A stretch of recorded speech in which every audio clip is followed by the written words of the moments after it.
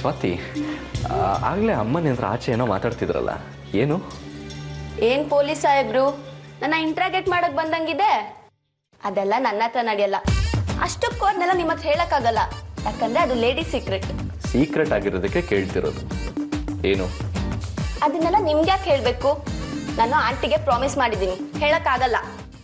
ನನಗೆ ಗೊತ್ತು, ಅಮ್ಮ ನಿನ್ನ ಹತ್ರ ಆದಿತ್ಯನ ಬಗ್ಗೆ ಏನೋ ಹೇಳಿದ್ದಾರೆ ಅಂತ. ಹೇಳ್ಬಿಡು ಸ್ವಾತಿ. ನಾನು ಹೇಳಲ್ಲ ಅಂತ ಹೇಳಿದ್ನಲ್ಲ, ಮತ್ತ್ಯಾಕೆ ಅದನ್ನೇ ಕೇಳ್ತಾ ಇದ್ದೀರಾ? ಒಂದು ಕೆಲಸ ಮಾಡಿ, ನೀವು ನನ್ನ ಮದ್ವೆ ಆಗ್ತೀನಿ ಅಂತ ಹೇಳಿ, ಆಗ ನೀವು ಕೇಳ್ದೇನೆ ಎಲ್ಲ ಸೀಕ್ರೆಟ್ ಹೇಳ್ತೀನಿ. ಹುಡುಗಾಟ ಆಡೋಕ್ಕೆ ಟೈಮ್ ಅಲ್ಲ ಇದು. ಲಾಸ್ಟ್ ಟೈಮ್ ಕೇಳ್ತಿದ್ದೀನಿ, ಕೋಪ ಬರೆಸ್ಬೇಡ ನನಗೆ. ಏನದು? ಇಬ್ರು ಏನೋ ಮಾತಾಡ್ತಿದ್ದೀರಾ? ಏನಿಲ್ಲ ಡ್ಯಾಡ್, ಇವಳು ಯಾವಾಗಲೂ ಒಂದಲ್ಲ ಒಂದು ತರಲೆ ಮಾಡ್ತಿರ್ತಾಳಲ್ಲ, ಕಂಬೀರವಾಗಿ ನಡ್ಕೋ ಅಂತ ಹೇಳ್ತಿದ್ದೆ ಅಷ್ಟೇ.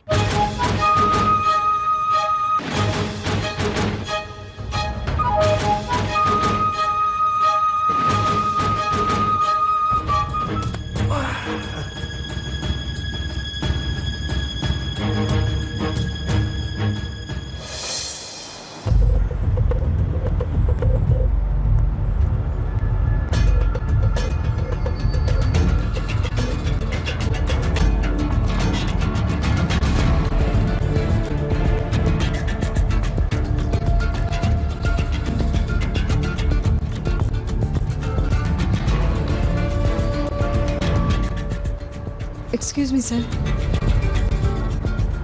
ಸರ್, ಇವ್ರು ನನ್ನ ಮಗ ಆದಿತ್ಯ ಅಂತ, ಆಟೋ ಡ್ರೈವರ್. ಇಲ್ಲೆಲ್ಲಾದ್ರೂ ನೋಡಿದ್ದೀರಾ? ಇಲ್ಲ ಮೇಡಮ್, ಇವರೆಲ್ಲೂ ನಾವು ನೋಡಲೇ ಇಲ್ವಲ್ಲ. ಹಲೋ ಮಗ, ಇವ್ರನ್ನೆಲ್ಲಾರ ನೋಡಿದ್ದೀರಾ ನೀವು? ಆಟೋ ಓಡಿಸ್ತಾರಂತೆ, ನೋಡ್ಲಿಲ್ವಾ? ಮೇಡಮ್, ಇಲ್ಲಿ ಮುಂದೆ ಒಂದು ಆಟೋ ಸ್ಟ್ಯಾಂಡ್ ಇದೆ, ಅಲ್ಲಿ ನೋಡಿ, ಅಲ್ಲಿ ಏನಾರ ಅಲ್ಲಿ ವಿಚಾರಿಸಿ ಇದು ಮಾಡ್ಬೋದು, ಹೇಳ್ತಾರೆ ಅವರು.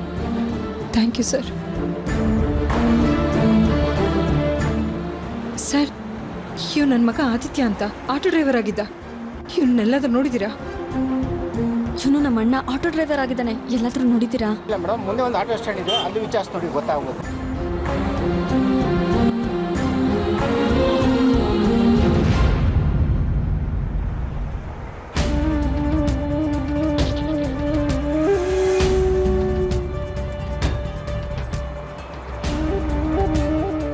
ಸರ್, ಇವನು ನಮ್ಮಣ್ಣ ಆಟೋ ಓಡಿಸ್ತಾನೆ, ಎಲ್ಲಾದ್ರೂ ನೋಡಿದ್ದೀರಾ? ಇಲ್ಲಮ್ಮ, ನೋಡಿಲ್ಲ. ಹೋಗಮ್ಮ ಮೇಡಮ್, ಒಂದು ನಿಮಿಷ, ಆ ಫೋಟೋ ಇನ್ನೊಂದ್ಸತಿ ತೋರಿಸಿ. ಇವನೇ ಮೇಡಮ್, ಇವನ್ನ ನಾನು ಮೊನ್ನೆ ನೋಡಿದ್ದೀನಿ. ಎಲ್ಲಿ ನೋಡಿದ್ದೀರಾ? ಕಾವೇರಿ ನಗರ ಶಂಕರ್ನಾಗ್ ಆಟೋ ಸ್ಟ್ಯಾಂಡ್ ಹತ್ರ ನೋಡಿದ್ದೀನಿ ಮೇಡಮ್. ಪ್ಲೀಸ್, ಹಾಗಾದ್ರೆ ನಿಮ್ಮ ಆಟೋದಲ್ಲಿ ನಮ್ಮನ್ನ ಅಲ್ಲಿ ಕರ್ಕೊಂಡು ಹೋಗ್ಬಿಡಿ. ಬಾ.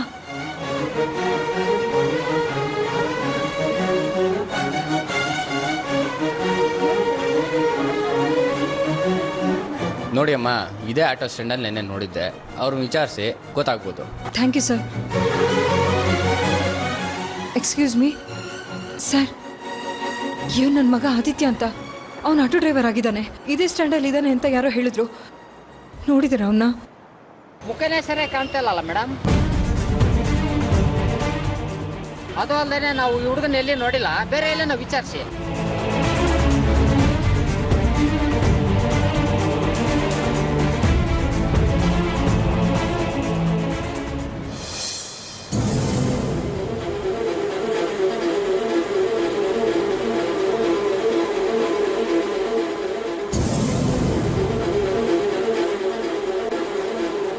ಇವ್ರು ಯಾಕಪ್ಪ ಇಲ್ಲಿಗೆ ಬಂದರು?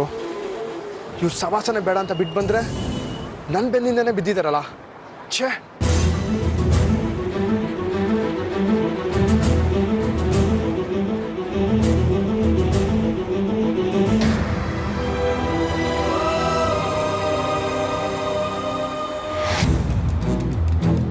ಗುರು ಅಲ್ಲಿದ್ದಾರಲ್ಲ, ಅವ್ರೇನಾದ್ರು ಬಂದು ನಾನು ಕೇಳಿದ್ರೆ ನಾ ಇಲ್ಲ ಅಂತ ಹೇಳು ಗುರು. ಯಾಕೆ ಗುರು, ಏನು ಪ್ರಾಬ್ಲಮ್ಮು? ಅದನ್ನೆಲ್ಲ ಆಮೇಲೆ ಹೇಳ್ತೀನಿ ಗುರು. ಇವಾಗ ಸದ್ಯಕ್ಕೆ ಅವ್ರು ಬಂದು ಕೇಳ್ದೆ ಇಲ್ಲ ಅಂತ ಹೇಳ್ತೆ ಗುರು. ಸರಿ, ನೀನು ಹೇಳ್ದಂಗೆ ಹೇಳ್ತೀನಿ.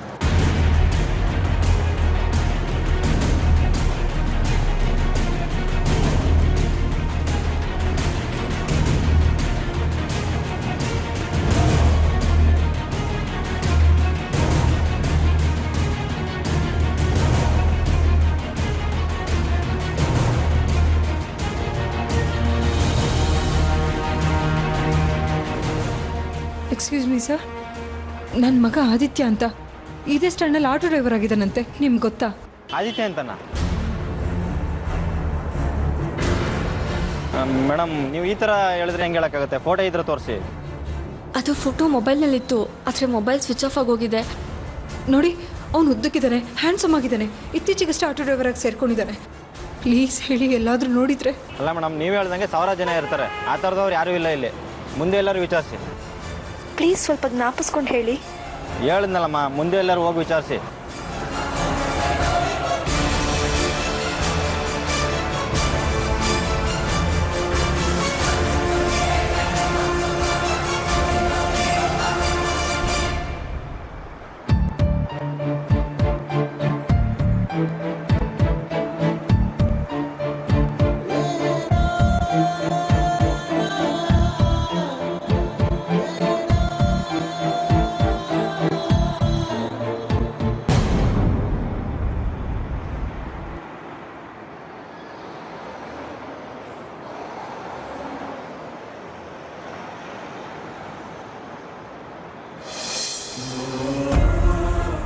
ಸರ್, ನನ್ನ ಮಗ ಆದಿತ್ಯ ಅಂತ.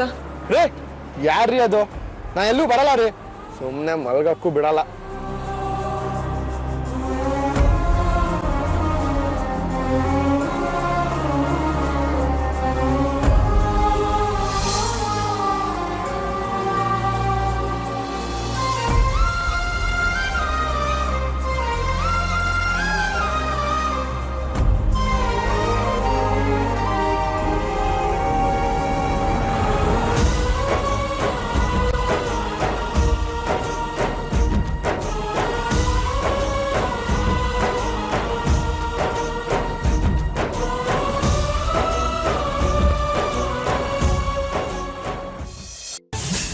ಏನರ್ಪಿತ, ಅಮೃತ ಕೊಡೋ ಹಸುನ ವಿಷ ಕಾರೋ ಹಾವು ಮಾಡ್ತೀನಿ ಅಂತ ಹೇಳಿ ನನ್ನ ಶತ್ರು ಮಗಳನ್ನ ಮನೆ ಬಿಟ್ಟು ಹೋಗೋವಾಗ ಮಾಡ್ತೀನಿ ಅಂತ ಹೇಳಿದಿಲ್ಲ, ಏನು ಮಾಡಿದೆ? ಎಲ್ಲ ತರ ಪ್ರಯತ್ನನೂ ನಾನು ಪಡ್ತಿದ್ದೀನಿ, ಆದ್ರೆ ಏನ್ ಮಾಡ್ಲಿ, ನಾನು ಹಾಕೋ ಎಲ್ಲ ಪ್ಲಾನ್ಗಳು ಫ್ಲಾಪ್ ಆಗ್ತಿದೆ. ಆದ್ರೆ ಇವತ್ತು ಅವರಿಬ್ರು ಮಧ್ಯೆ ಜಗಳ ತಂದು ಹಾಕೋದಕ್ಕೆ ಸಾಕ್ಷಿ ನಂಗೊಂದು ಒಳ್ಳೆ ಅವಕಾಶ ಕೊಟ್ಟಿದ್ದಾಳೆ. ನಾನಿವತ್ತು ಫಿಟ್ಟಿಂಗ್ ಇಡ್ತಾ ಇರೋದು ಆದಿತ್ಯನ ವಿಷಯಕ್ಕೆ. ಸಾಕ್ಷಿ ಅವ್ರ ಅಮ್ಮನ ಜೊತೆ ಸೇರ್ಕೊಂಡು ರಂಜಿತ್ಗೆ ಸುಳ್ಳು ಹೇಳಿ ಆದಿತ್ಯನ ಹುಡ್ಕೋದಕ್ಕೆ ಹೊರಟಿದ್ದಾಳೆ. ಆದಿತ್ಯ ಈಗ ಆಟೋ ಓಡಿಸ್ತಿದ್ದಾನೆ. ಆ ವಿಷಯ ಗೊತ್ತಾಗಿ ಆರ್ತಿ ತುಂಬಾ ಹತ್ತು ಕರೆದು ಮಾಡಿ ಸಾಕ್ಷಿಗೆ ಫೋನ್ ಮಾಡಿಕೊಂಡು ನನಗೆ ಹೆಲ್ಪ್ ಮಾಡು ಬಾ, ಆದಿತ್ಯನ ಹುಡ್ಕೋಣ ಅಂತ ಕೇಳಿದಾಳೆ. ಅದಕ್ಕೆ ಈ ಸಾಕ್ಷಿ ರಂಜಿತ್ ಹತ್ರ ನಾನು ಹಾಸ್ಪಿಟ್ಲಿಗೆ ಹೋಗ್ತಿದ್ದೀನಿ ಅಂತ ಸುಳ್ಳು ಹೇಳಿ ಆದಿತ್ಯನ ಹುಡ್ಕೋದಕ್ಕೆ ಅವ್ರ ಅಮ್ಮನ ಜೊತೆ ಹೊರಟಿದ್ದಾಳೆ. ಈಗ ನನಗೆ ಆ ಸಾಕ್ಷಿ ಹೇಳಿರೋ ಸುಳ್ಳೆ ಅಸ್ತ್ರ. ಆದಿತ್ಯ ಆಟೋ ಓಡಿಸ್ತಿದ್ದಾನೆ ಅನ್ನೋದು ಕೇಳಿ ನನಗೆ ಹಾಲು ಕುಡ್ದಷ್ಟು ಸಂತೋಷ ಆಗ್ತಾ ಇದೆ. ಬಡ್ಡಿ ಮಗ ನನಗೆ ಚಾಲೆಂಜ್ ಆಗಿದ್ದ. ಅವನ್ನ ಇಂಥ ಪರಿಸ್ಥಿತಿಯಲ್ಲಿ ನೋಡಬೇಕು ಅಂತ ನಾನು ತುಂಬಾ ದಿವಸದಿಂದ ಆಸೆ ಪಟ್ಟಿದ್ದೆ. ರಂಜಿತ್ ಬಂದ್ರು, ನಾನು ನಿಮ್ಗೆ ಆಮೇಲೆ ಫೋನ್ ಮಾಡ್ತೀನಿ.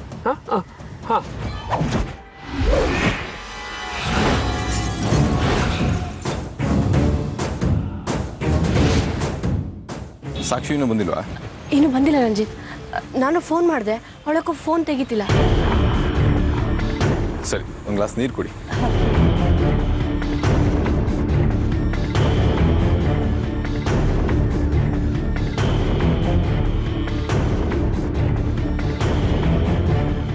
ತಗೊಳ್ಳಿ ರಂಜಿತ್.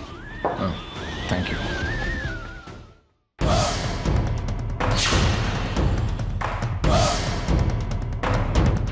ಅಯ್ಯೋ ರಂಜಿತ್, ಸಾಕ್ಷಿ ಹಳೆ ರಿಪೋರ್ಟ್ನೆಲ್ಲ ಇಲ್ಲೇ ಬಿಟ್ಟು ಹೋಗಿದ್ದಾಳೆ ಅನ್ಸುತ್ತೆ. ಇಲ್ಲಿ ಕೊಡಿ.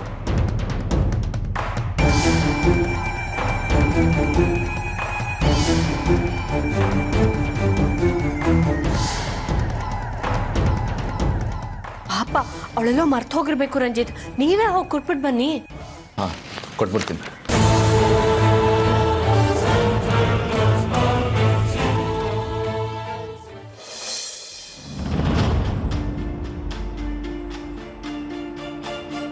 ಮಗ, ಯಾರವರು? ಅವ್ರು ನಮ್ಮಮ್ಮ ಮತ್ತೆ ತಂಗಿ ಕಣೋ. ಏನು ಮಗ ನೀನು? ಪಾಪ ಅವ್ರು ಹುಡ್ಕೊಂಬಂದ್ರು, ಅವ್ರ ಮುಖ ತೋರಿಸಿ ಕಳಿಸ್ಬಿಟ್ಟಲ್ಲ. ಈಗ ಮಾಡ್ಬೋದಾ? ತಪ್ಪು ಮಾಡ್ದ ಮಗ ನೀನು.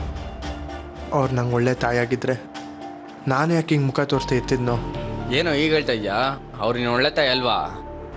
ಅವ್ರು ಒಳ್ಳೆ ತಾಯಿನೇ, ನಾನಿಲ್ಲ ಅಂತ ಹೇಳ್ತಿಲ್ಲ. ಅವರು ನನ್ನ ತುಂಬ ಪ್ರೀತಿಸ್ತಾರೆ, ಅದು ನಿಜ. ಆದರೆ ಸ್ವಂತ ಮಗನಿಗೆ ಸುಳ್ಳು ಹೇಳಿ ನನ್ನ ದುಶ್ಮನ್ಗೆ ಲೋನ್ ಕೊಡಿಸಿದ್ರು. ಅದು ಬೇರೆ ಯಾವ ಫೈನಾನ್ಸ್ ಕಂಪ್ನಿನೂ ಅಲ್ಲ, ನನ್ನ ಸ್ವಂತ ಫೈನಾನ್ಸ್ ಕಂಪ್ನಿಯಿಂದ. ಕಂಪ್ನಿನೇ ಮುಚ್ಚೋಗಿ ಮಾಡ್ಬಿಟ್ರು. ಏನ್ ಗುರು, ಏನು ಹೇಳ್ತಾ ಇದೆಯಾ? ನಿಂದೆ ಸ್ವಂತ ಫೈನಾನ್ಸ್ ಕಂಪ್ನಿ ಇತ್ತಾ? ಮುಂಚೆ ಇತ್ತು ಮಗ, ಈಗಿಲ್ಲ, ಮುಚ್ಚೋಯ್ತು. ಗುರು, ಈ ಕೆಲಸ ನಿಂಗೆ ಸೆಟ್ ಆಗಲ್ಲ. ನಿನಗೆ ಇದಕ್ಕಿಂತ ಒಳ್ಳೆ ಕೆಲಸ ಕೊಡಿಸ್ತೀನಿ. ನೀನು ಆಟೋ ಡ್ರೈವರ್ ಅನ್ನೋದು ನಿಮ್ಮ ತಾಯಿಗೆ ಗೊತ್ತಾದರೆ ತುಂಬ ನೊಂದ್ಕೋತಾರೆ. ಅವರು ನೊಂದ್ಕೊಂಡ್ಲಿ ಅಂತಲೇ ಈ ಕೆಲಸ ಮಾಡ್ತಿರೋದು, ಇಲ್ಲಾಂದ್ರೆ ಈ ಕೆಲಸ ಮಾಡ್ತಿರಲಿಲ್ಲ. ಅವರಿಗೆ ಅವ್ರ ತಪ್ಪಿನ ಅರಿವಾಗಬೇಕು. ಅಲ್ಲ ಗುರು, ಅಮ್ಮನಿಗೆ ನೋವಾಗ್ಲಿ ಅಂತ ಹೇಳೋದು ಸರಿನಾ? ಒಂದ್ಸಲಿ ಯೋಚನೆ ಮಾಡು ಗುರು. ತಾಯಿ ನೊಂದ್ಕೊಂಡ್ರೆ ನಮ್ಗೆ ಒಳ್ಳೇದಾಗಲ್ಲ ಗುರು. ಅವರು ಅವ್ರ ಮಗನ ಬಗ್ಗೆ ಯೋಚನೆ ಮಾಡಿದರೆ ನನಗೆ ಇವತ್ತಿಂಥ ಪರಿಸ್ಥಿತಿ ಬರ್ತಿರಲಿಲ್ಲ. ನಾನು ಮರಿಬೇಕು ಅಂತ ಇದ್ದೀನಿ, ದಯವಿಟ್ಟು ನನಗೆ ಜ್ಞಾಪಿಸ್ಬೇಡ.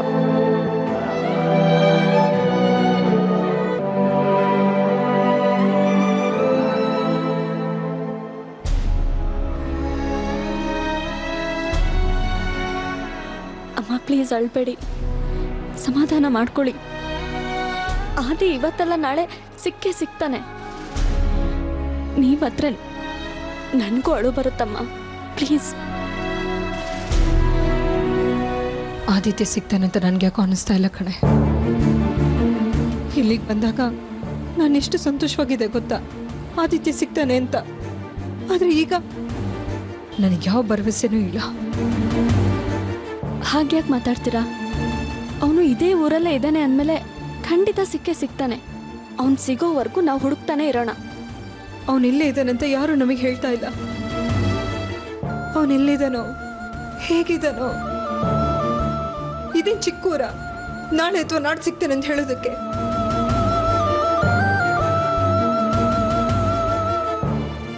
ಇಲ್ಲಿಗೆ ಬರೋದಕ್ಕಿಂತ ಮುಂಚೆ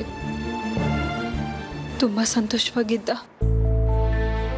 ಸೂರ್ಯ ಅವರು ಕರೆದ್ರು ಅಂತ ಬಂದೆ. ನಾನು ಮಾಡಿದ್ದು ಅದೇ ದೊಡ್ಡ ತಪ್ಪು.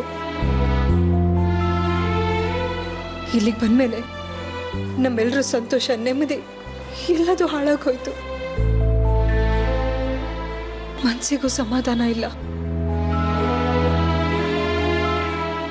ಶೋಭವನ್ ಮನೇಲಿದ್ದಾಗಲೇ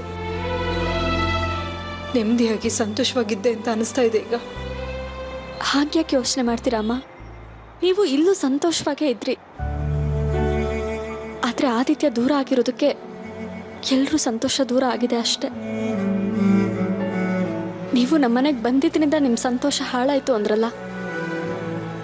ನೀವು ಆದಿ ನಮ್ಮಿಂದ ದೂರ ಇದ್ದಾಗ ನಾನು, ಡ್ಯಾಡಿ, ಆರ್ಯ ಎಲ್ಲರೂ ನಿಮ್ಮನ್ನು ಎಷ್ಟು ಮಿಸ್ ಮಾಡ್ಕೊಂಡಿದ್ದೀವಿ ಗೊತ್ತಾ? ನೀವು ಮತ್ತೆ ನಮ್ಮ ಮನೆಗೆ ಬಂದಮೇಲೆ ನಮ್ಮ ಸಂತೋಷ ಮತ್ತೆ ನಮಗೆ ವಾಪಸ್ ಸಿಕ್ಕಿದ್ದು. ನಮ್ಮದು ಒಂದು ಸುಖಿ ಕುಟುಂಬ ಅಂತ ನಮ್ಗನ್ಸಿದ್ದು. ಆರ್ಯ ನಿಮ್ಮನ್ನ ತುಂಬ ಹಚ್ಕೊಂಡಿದ್ದಾನೆ. ಮನೇಲಿ ಎಲ್ಲರೂ ನಿಮ್ಮನ್ನ ತುಂಬ ಹಚ್ಕೊಂಡಿದ್ದಾರೆ. ಎಲ್ಲದಕ್ಕಿಂತ ಹೆಚ್ಚಾಗಿ ಡ್ಯಾಡಿ ನಿಮ್ಮನ್ನ ತುಂಬ ಪ್ರೀತಿಸ್ತಾರೆ. ಅಂಥದ್ರಲ್ಲಿ ನೀವು ಮನೆ ಬಿಟ್ಟು ಹೋದ್ರೆ ಅವ್ರ ಮನ್ಸಿಗೆ ಎಷ್ಟು ನೋವಾಗಲ್ಲ ಯೋಚನೆ ಮಾಡಿ. ನನಗೆ ಗೊತ್ತು ಕಣೆ, ಆದ್ರೆ ನನಗೆ ಆದಿತ್ಯನ್ ಬಿಟ್ಟಿರೋದಕ್ಕಾಗ್ತಾ ಇಲ್ಲ. ಅವನು ನನ್ನ ಜೊತೆಗಿದ್ರೆ ನನಗೇನೋ ಒಂಥರ ನೆಮ್ಮದಿ. ಅವನಿದ್ರೆ ನನಗೆಲ್ಲದೂ ಇದ್ದಾಗೆ ಕಣೆ, ಎಲ್ಲದೂ ಇದ್ದಾಗೆ. ಆದಿ ಮನೆ ಬಿಟ್ಟು ಹೋಗಿರೋದಕ್ಕೆ ನಿಮ್ಮಷ್ಟೇ ದುಃಖ ನಮಗೂ ಇದೆಯಮ್ಮ. ಡ್ಯಾಡಿಗೂ ಆ ದುಃಖ ಇದೆ. ಆದರೆ ಅದನ್ನ ಅವ್ರು ಹೇಳ್ಕೊಳಕ್ಕಾಗ್ತಾ ಇಲ್ಲ. ದಯವಿಟ್ಟು ಅವ್ರ ಮನಸ್ಸನ್ನು ಅರ್ಥ ಮಾಡ್ಕೊಳ್ಳಿ. ಆದಿತ್ಯ ಒಬ್ಬನಿಗೋಸ್ಕರ ನಮ್ಮೆಲ್ಲರೂ ಪ್ರೀತಿನೂ ಕಳ್ಕೊಳ್ತೀರಾ. ಪ್ರಾಣಕ್ಕಿಂತ ಹೆಚ್ಚಾಗಿ ಪ್ರೀತಿಸೋ ಡ್ಯಾಡಿನ ದೂರ ಮಾಡ್ತೀರಾ. ಈಗಾಗಲೇ ಅವ್ರ ಮನಸ್ಸಿಗೆ ತುಂಬ ನೋವಾಗಿದೆ. ಅವ್ರಿಗೆ ಮತ್ತಷ್ಟು ನೋವು ಕೊಡ್ತೀರಾ. ಆದಿ ಮಾತ್ರ ನಿಮ್ಮ ಮಗನ, ನಾವ್ಯಾರು ನಿಮ್ಗೇನು ಅಲ್ವಾ ಅಮ್ಮ?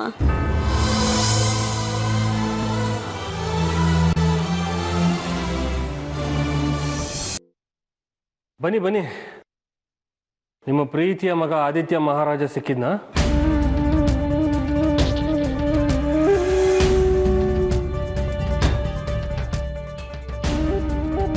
ನನಗೆ ಹೇಗೆ ಗೊತ್ತಾಯ್ತು ಅಂತ ಯೋಚನೆ ಮಾಡ್ತಾ ಇದ್ದೀರಾ? ನೀವು ಆದಿತ್ಯನ ಹುಡ್ಕೋಕೆ ಹೋಗಿದ್ದನ್ನ ಆರ್ಯ ಮತ್ತು ಸ್ವಾತಿ ಮಾತಾಡ್ಕೊತಾ ಇದ್ರು. ಅದನ್ನು ನಾನು ಕೇಳಿಸ್ಕೊಂಡೆ ಅಷ್ಟೆ. ಹೌದು, ನಾನು ಆದಿತ್ಯನ ಹುಡ್ಕೋಕೆ ಹೋಗಿದ್ದೆ. ಅದರಲ್ಲಿ ಏನಿದೆ ತಪ್ಪು? ಯಾವ ತಪ್ಪು ಇಲ್ಲ. ನಾನು ಅದನ್ನೇ ಹೇಳ್ತಾ ಇರೋದು. ನೀವು ಹೀಗೆ ಹೋಗ್ತಾ ಇದ್ದೀನಿ ಅಂತ ಹೇಳೋಗಿದ್ರೆ ನಾನೇನು ಬೇಡ ಅಂತ ಹೇಳ್ತಿದ್ನಾ? ಸುಳ್ಳು ಹೇಳುವಂಥದ್ದು ಏನಿತ್ತು? ನಾನು ಹೋಗ್ತೀನಿ ಅಂತ ಹೇಳಿದಿದ್ರೆ ನೀವು ನನ್ನ ತಡಿತಾ ಇದ್ರಿ. ಅವನನ್ನು ಯಾಕೆ ಹುಡ್ಕೋಕೆ ಹೋಗ್ತೀರಾ, ಕೆಲ್ಸಕ್ಕೆ ಬರ್ದಿರೋದಕ್ಕೆಲ್ಲ ಯಾಕೆ ಟೆನ್ಷನ್ ಮಾಡ್ಕೊಳ್ತೀರಾ ಅಂತೇಳಿ ನನಗೆ ಕನ್ವಿನ್ಸ್ ಮಾಡ್ತಾ ಇದ್ರಿ ನೀವು. ನಿಮಗೆಲ್ಲ ಅರ್ಥ ಆಗಬೇಕು, ಒಬ್ಬ ಮಗನ ಕಳ್ಕೊಂಡಿರೋ ತಾಯಿ ಸಂಕಟ. ನೀವು ಯಾವಾಗಲೂ ನಿಮ್ಮ ಮೂಗಿ ನೇರಕ್ಕೆ ಮಾತಾಡ್ತೀರಾ. ಅದಕ್ಕೆ ನಿಮಗೆ ನಾನು ಹೇಳ್ದೆ ಹೋದೆ. ಚೆನ್ನಾಗಿದೆ ನಿಮ್ಮ ವಾದ. ನಾನು ಹೊರಗಿನವನು, ನಿಮ್ಮ ಭಾವನೆಗಳು ನನಗೆ ಅರ್ಥ ಆಗಲ್ಲ. ಆದರೆ ಆದಿತ್ಯ ನಿಮ್ಮ ಮಗ, ನಿಮ್ಮ ಕರುಳ ಬಳ್ಳಿ, ಪ್ರೀತಿಯ ಪುತ್ರ, ನಿಮ್ಮ ಸರ್ವಸ್ವನೂ ಆಗಿರೋ ಆದಿತ್ಯಂಗೆ ಯಾಕೆ ನಿಮ್ಮ ಭಾವನೆಗಳು ಅರ್ಥ ಆಗ್ತಿಲ್ಲ? ಅರ್ಥ ಆಗಬೇಕು ತಾನೆ?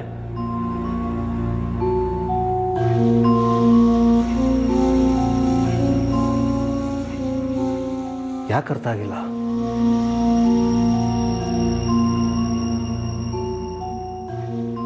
ಅವನೇನು ಬೇರೆ ಕಡೆ ಹೋಗಿಲ್ವಲ್ಲ, ಇದೇ ಊರಿನಲ್ಲೇ ಇದ್ದಾನೆ. ನಾನು ಇಂಥ ಕಡೆ ಇದ್ದೀನಿ, ಚೆನ್ನಾಗಿದ್ದೀನಿ, ನೀವೇನು ಯೋಚನೆ ಮಾಡಬೇಡಿ, ಆರಾಮಾಗಿರಿ ಅಂತ ನಿಮಗೊಂದು ಫೋನ್ ಮಾಡಿ ಹೇಳ್ಬೋದಲ್ವಾ?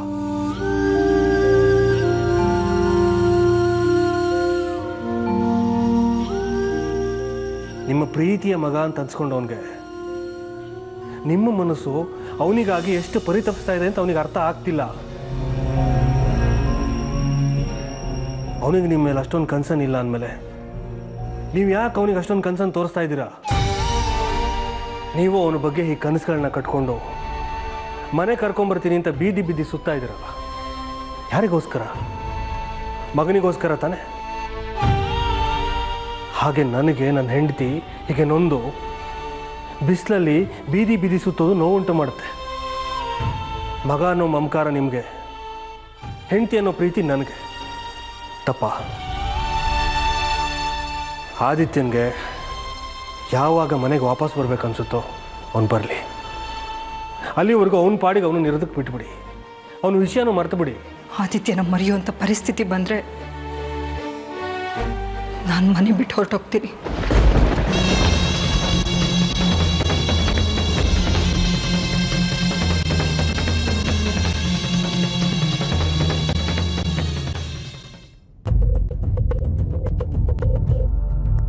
ಆಂಟಿ, ರಂಜಿತ್ ಆಫೀಸಿಗೆ ಹೋಗಿ ಬಂದ್ರಾ? ನಿನ್ನನ್ನು ಮಾತಾಡ್ಸ್ಕೊಂಡು ಹೋಗೋಣ ಅಂತ ಇನ್ನೂ ಇಲ್ಲೇ ಇದ್ದೀನಿ ಸಾಕ್ಷಿ.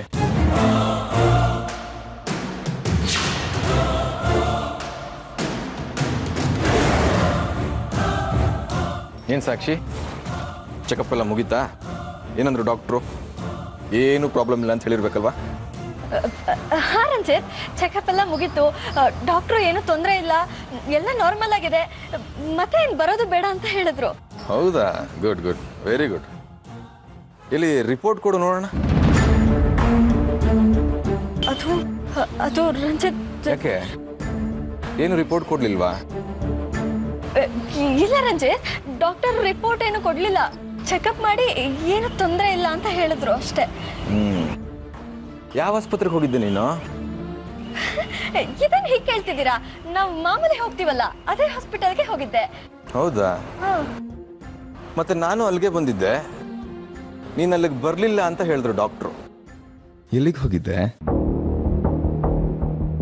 ಅದು ನಾನು ನಿಜ ಹೇಳು ಸಾಕ್ಷಿ. ಹಾಸ್ಪಿಟ್ಲಿಗೆ ಹೋಗ್ತೀನಿ ಅಂತ ಸುಳ್ಳು ಹೇಳಿ ಎಲ್ಲಿಗೆ ಹೋಗಿದ್ದೆ ನೀನು? ರಂಜಿತ್, ನಾನು ಅಮ್ಮನ ಜೊತೆ ಅದನ್ನ ಹುಡ್ಕೊಂಡು ಬರೋದಕ್ಕೆ ಹೋಗಿದ್ದೆ.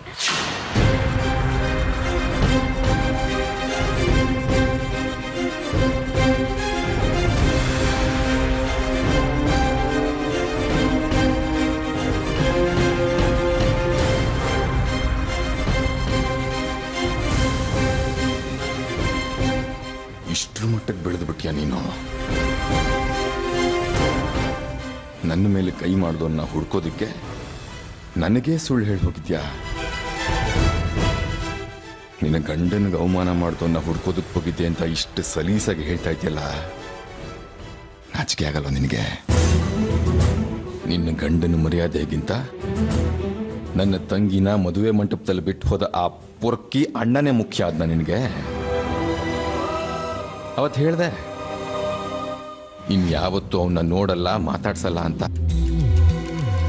ಇಷ್ಟಾದ್ರೂ ನನ್ನ ಮಾತು ಮೀರಿ ಅವನ್ನ ಹುಡ್ಕೋದಕ್ಕೆ ಹೋಗಿದ್ದೆ ಅಂತ ಹೇಳ್ತಿದ್ಯಲ್ಲ, ಇಷ್ಟೇನಾ ನಿನ್ನ ಗಂಡನ ಮೇಲೆ ನೀನು ಇಟ್ಕೊಂಡಿರೋ ಪ್ರೀತಿ, ಭಯ, ಭಕ್ತಿ ಎಲ್ಲ? ರಂಜಿತ್, ಅದ್ ಹಾಗಲ್ಲ ರಂಜಿತ್. ನಾನ್ ಬೇಕು ಅಂತ ಹೋಗಿದ್ದೆ ಅಂತ ಹೇಳು. ನಿನ್ನ ಗಂಡನಿಗೆ ಅವಮಾನ ಆದ್ರೂ ಪರವಾಗಿಲ್ಲ, ಆ ಪೊರ್ಕಿ ಅಣ್ಣನೇ ಮುಖ್ಯ ನಿನಗೆ ಅಲ್ಲ? ಅವನ್ ಚೆನ್ನಾಗಿರ್ಬೇಕು. ಈ ಸಂಪತ್ತಿಗೆ ನನ್ನನ್ ಯಾಕೆ ಮದುವೆ ಆದೆ ನೀನು? ಅವನ್ ಯಾವನ್ನ ತೋರಿಸ್ತಾನೋ ಅವನ್ನೇ ಮದುವೆ ಆಗಿದ್ರೆ ನಿನಗೆ ಪ್ರಾಬ್ಲಮ್ ಬರ್ತಿರ್ಲಿವಲ್ಲ.